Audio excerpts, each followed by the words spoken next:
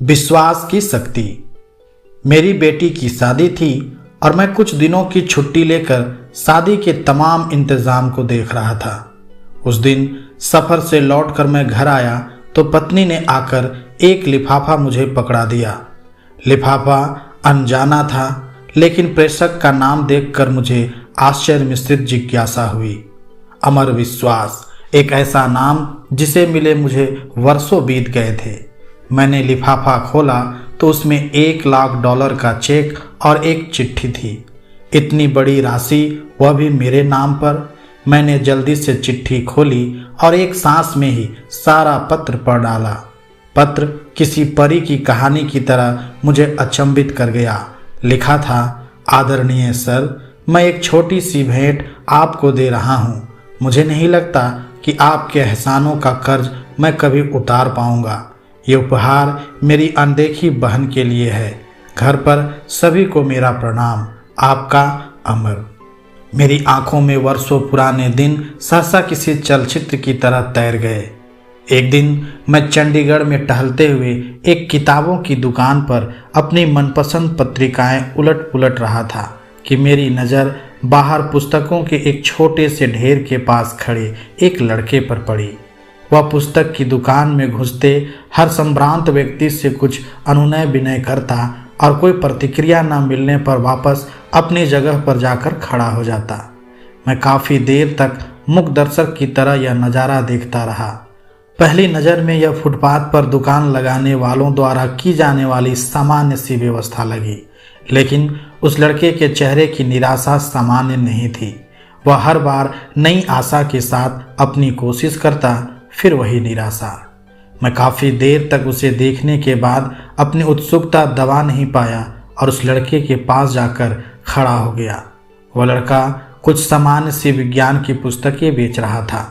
मुझे देखकर उसमें फिर उम्मीद का संचार हुआ और बड़ी ऊर्जा के साथ उसने मुझे पुस्तकें दिखानी शुरू की। मैंने उस लड़के को ध्यान से देखा। साफ सुथरा, चेहरे पर आत्मविश्वास, लेकिन पहनावा बहुत ही साधारण। ठंड का मौसम था और वह केवल एक हल्का सा स्वेटर पहने हुए था। पुस्तकें मेरे किसी काम की नहीं थी, फिर भी मैंने जैसे किसी सम्मोहन से बंधकर उससे पूछा, बच्चे, ये सारी पुस्तकें कितने की है? आप कितना दे सकते हैं सर? अरे, कुछ तुमने सोचा तो होगा। आप जो दे देंगे। लड़का थोड़ा निराश होकर बोला। तुम्हें कितना चाहिए? उस लड़के ने अब यह समझना शुरू कर दिया कि मैं अपना समय उसके साथ गुजार रहा हूँ। 5,000 रुपये, वह लड़का कुछ कड़वाहट में बोला। इन पुस्तकों का कोई 500 भी दे दे तो बहुत है। मैं उसे दुखी नहीं करना चाहता था, फिर भी अनायास मुंह से निकल गया। अब उस लड़के का चेहरा देखने लायक था, जैसे ढेर सारी निराशा किसी ने उसके चेहरे पर उड़ेल दी हो। मुझे अब अपने कहे पर पछतावा हुआ। मैंने अपना एक हाथ उसके कंधे पर रखा और उससे सांत्वना भरे शब्दों में पूछा, देखो बेटे, मुझे तुम पुस्तक बेचने वाले तो नहीं लगते। क्या बात है? साफ साफ बताओ कि क्या ज़रूरत है। वह लड़का तब जैसे फूट पड़ा। शायद काफ़ी समय निराशा का उतार चढ़ाव अब उसके बर्दाश्त के बाहर था। सर, मैं 10+2 कर चुका हूँ। मेरे पिता एक छोटे से रेस्टोरेंट में काम करते हैं। मेरा मेडिकल में चयन हो चुका है। अब उसमें प्रवेश के लिए मुझे पैसे की ज़रूरत है। कुछ तो मेरे पिताजी देने के लिए तैयार हैं, कुछ का इंतज़ाम वह अभी नहीं कर सकते। लड़के ने एक ही सांस में बड़ी अच्छी अंग्रेजी में कहा। तुम्हारा नाम क्या है? मैंने मंत्रमुग्ध होकर पूछा। अमर विश्वास। तुम विश्वास हो और दिल छोटा करते हो। कितना पैसा चाहिए? 5,000। अब की बार उसके स्वर में दीनता थी।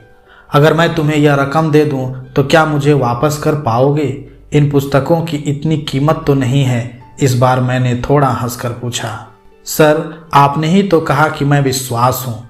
आप मुझ पर विश्वास कर सकते हैं। मैं पिछले 4 दिन से यहाँ आता हूँ। आप पहले आदमी हैं जिसने इतना पूछा। अगर पैसे का इंतज़ाम नहीं हो पाया तो मैं भी आपको किसी होटल में कप प्लेटें धोता हुआ मिलूंगा। उसके स्वर में अपने भविष्य के डूबने की आशंका थी। उसके स्वर में जाने क्या बात थी जो मेरे जेहन में उसके लिए सहयोग की भावना तैरने लगी।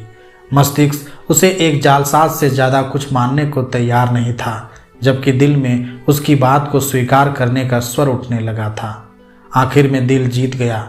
मैंने अपने पर्स से 5,000 रुपये निकाले, जिन्हें मैं शेयर मार्केट में निवेश करने की सोच रहा था, उसे पकड़ा दिए।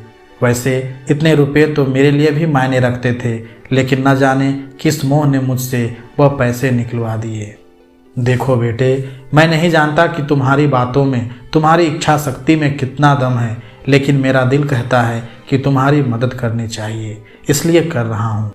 तुमसे 4-5 साल छोटी मेरी बेटी भी है मिन्नी, सोचूंगा उसके लिए ही कोई खिलौना खरीद लिया।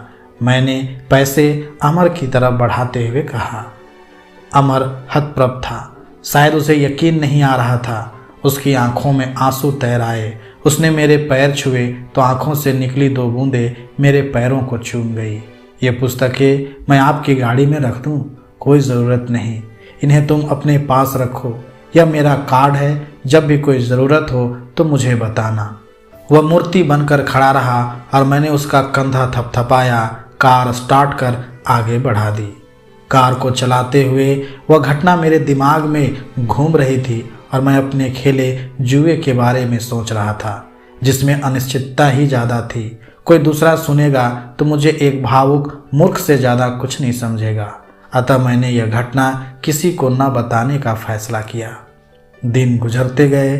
अमर ने अपने मेडिकल में दाखिले की सूचना मुझे एक पत्र के माध्यम से दी। मुझे अपनी मूर्खता में कुछ मानवता नजर आई।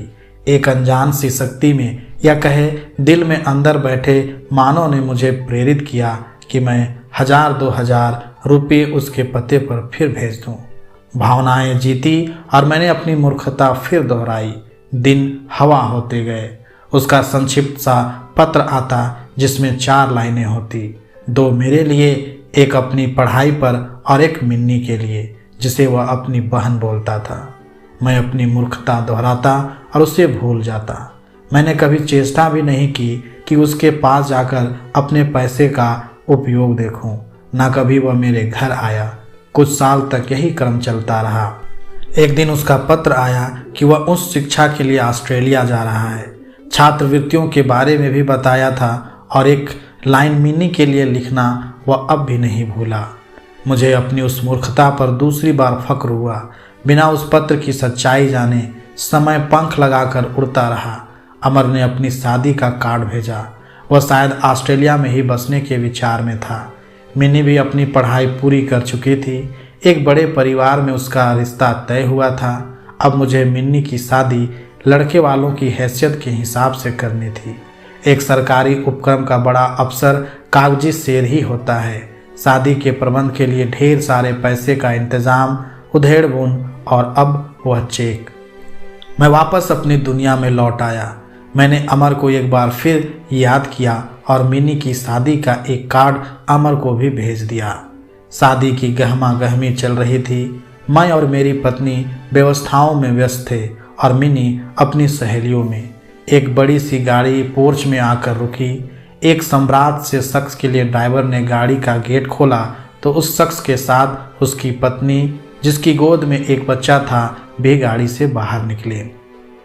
मैं अपने दरवाजे पर जाकर खड़ा हुआ तो लगा कि इस व्यक्ति को पहले भी कहीं देखा है। उसने आकर मेरी पत्नी और मेरे पैर छुए। सर, मैं अमर, वह बड़ी श्रद्धा से बोला। मेरी पत्नी अचंभित सी खड़ी थी। मैंने बड़े गर्व से उसे सीने से लगा लिया। उसका बेटा मेरी पत्नी की गोद में घर सा अनुभव कर रहा था। मिनी अब भी संशय में थी। अमर अपने साथ ढेर सारे उपहार लेकर आया था।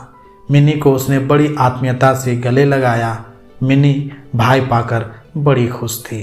अमर शादी में एक बड़े भाई की रस्म हर तरह से निभाने में लगा रहा। उसने ना तो कोई बड़ी जिम्मेदारी मुझ पर डाली और न ही मेरे चाहते हुए मुझे एक भी पैसा खर्च करने दिया। उसके भारत प्रवास के दिन जैसे पंख लगाकर उड़ गए। इस बार अमर जब ऑस्ट्रेलिया वापस लौटा तो हवाई अड्डे पर उसको विदा करते हुए न केवल मेरी बल्कि मेरी पत्नी मिनी सभी की आंखें नम थी। हवाई जहाज ऊंचा और ऊंचा आकाश को छूने चल दिया और उसी के साथ साथ मेरा विश्वास भी आसमान छू रहा था। मैं अपनी मूर्खता पर एक बार फिर गर्वित था और सोच रहा था कि इस नश्वर संसार को चलाने वाला कोई भगवान नहीं, हमारा विश्वास ही है। धन्यवाद।